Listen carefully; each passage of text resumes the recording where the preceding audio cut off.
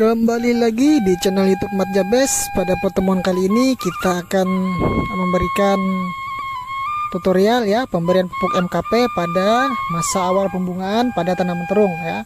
Jadi tanaman terung saya ini sudah mulai berbuah ya, yang mana menandakan sudah mulai muncul tunas muda, tunas muda yang diiringi dengan keluarnya cikal bakal buah.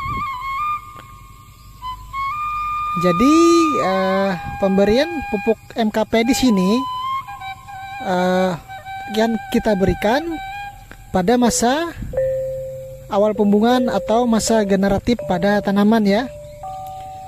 Dimana saya di sini menggunakan dosis yang dianjurkan sebagaimana yang tertera di label kemasan ya, yaitu 5-10 gram untuk 1 liter air ya. Nah, jadi di sini karena jumlah tanaman saya sedikit ya, tidak banyak, maka saya cukup menggunakan setengah liter ya. Nah, setengah liter.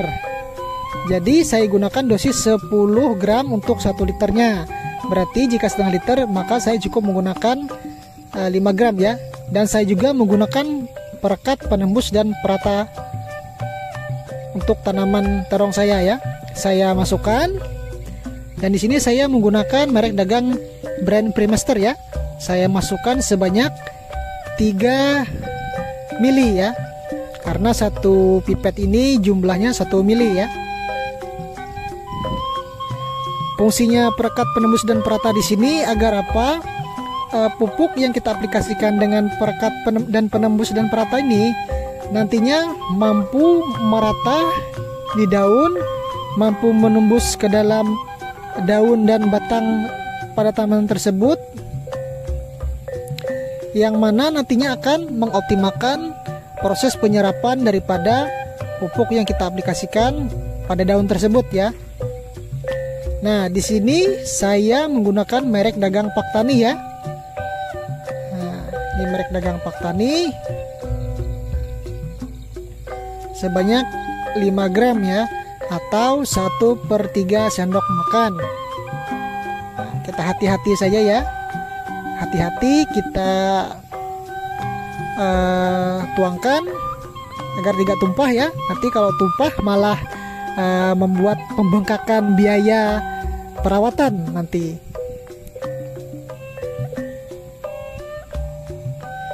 Nah, adapun pupuk MKP merek dagang Paktani di sini ini berbentuk butiran kristal ya, yang mana mudah larut di dalam air ya.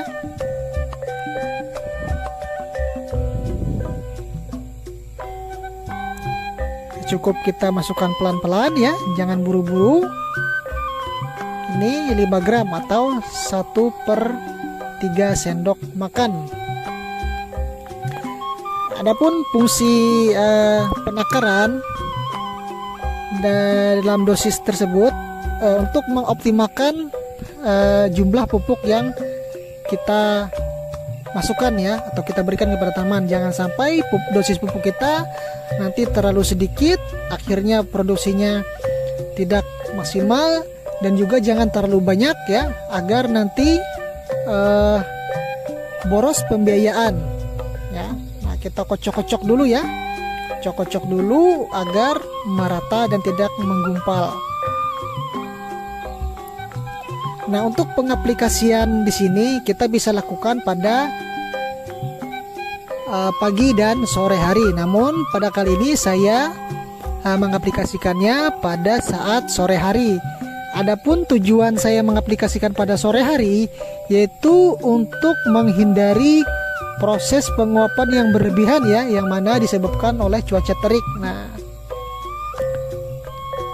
ini adalah proses saya memberikan atau menyemprot pada tanaman terung lalap ya. Nah, kita semprotkan pelan-pelan saja ya. Jangan sampai semprotan kita berikan itu sangat deras, yang mana nanti akhirnya membuat bakal buah atau bunga tersebut rontok ya, karena derasnya semprotan kita. Cukup kita semprotkan pelan-pelan dan hati-hati, yang penting mengena pada bagian daun dan pada bagian cikal bakal bunga tersebut. Yang penting kita memberikan atau menyemprotnya dengan cara merata ya.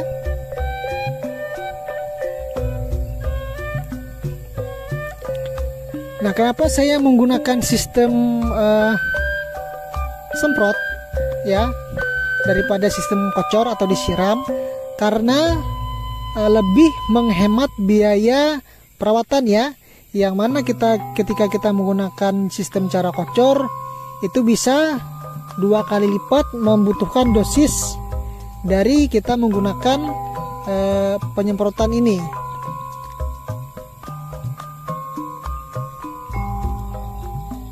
Nah, inilah keuntungan pemberian pupuk dengan cara penyemprotan, itu untuk lebih menghemat biaya pemberian pupuk pada tanaman ya. Lebih-lebih di era yang sekarang ini di mana harga pupuk semuanya serba meroket ya. Nah, adapun pupuk MKP di sini adalah singkatan dari monokalium fosfat ya.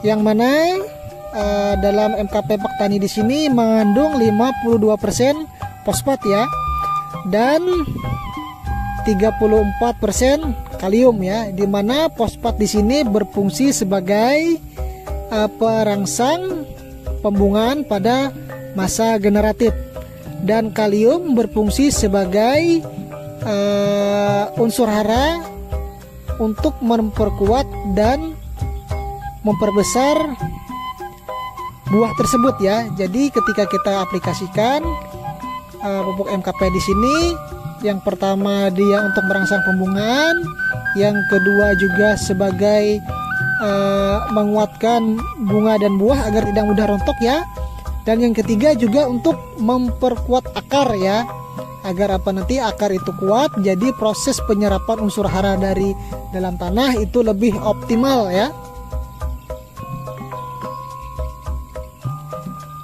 Nah, bagi teman-teman yang mengaplikasikan dengan cara sistem dikocor ya atau disiram pada bagian bawah tanaman atau bagian perakaran, ini tidak perlu menggunakan perekat ya, karena perekat di sini tujukan untuk kita pemberian pupuk pada daun ya. Nah,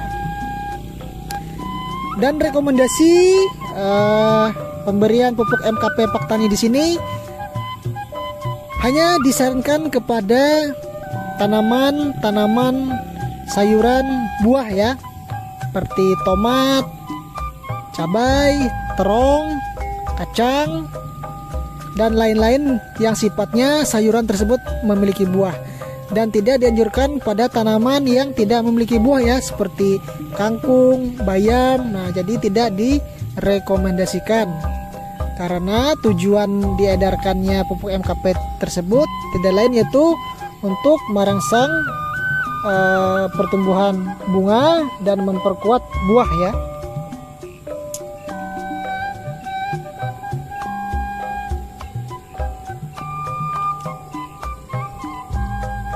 Nah, bagi teman-teman yang mengaplikasikan pupuk MKP pada pagi hari ya, itu juga memiliki kelebihan, yang mana pada saat pagi hari tersebut stomata pada daun itu membuka dengan lebar ya. Nah, disitulah nanti ketika stomata tersebut melebar, itu nanti akan mengoptimalkan proses penyerapan dari daun tersebut. Nah, berbeda dengan saya yang mengaplikasikan pada sore hari, karena tujuan saya untuk mengurangi penguapan pada pupuk yang saya semprotkan ya. Nah, bagi teman-teman yang tidak menemukan MKP merek dagang Paktani, bisa menggantinya dengan merek dagang MKP Merauke ya. Nah, ketika di toko-toko pertanian terdekat teman-teman tidak ada merek dagang Paktani, maka jangan khawatir, bisa diganti dengan pupuk MKP Merauke, di mana kandungan fosfat dan kaliumnya juga sama ya, yaitu fosfatnya sebanyak 52% dan kaliumnya sebanyak 34% ya. Yang mana di toko pertanian di sini ya, saya membeli merek dagang MKP Paktani di sini nominalnya sebesar Rp60.000 ya. Dan kalau di toko pertanian di dekat tempat saya ini, kalau merek dagang MKP Merauke itu harganya cuma Rp50.000 ya. Jadi agak selisih Rp10.000 ya. Nah, sedangkan di tempat-tempat lain mungkin harga tersebut berbeda-beda ya, ditentukan dari harga operasional peredaran daripada merek dagang tersebut ya. Nah, mungkin cukup di sini informasi yang saya berikan. Semoga informasi ini bermanfaat, dan jangan lupa saksikan channel YouTube Mat Jabez untuk menambah inspirasi, informasi dan manfaat terkait seputar tanaman, sayuran dan buah. Semoga teman-teman diberikan rezeki yang melimpah dan kelancaran dalam menjalani kehidupan sehari-hari.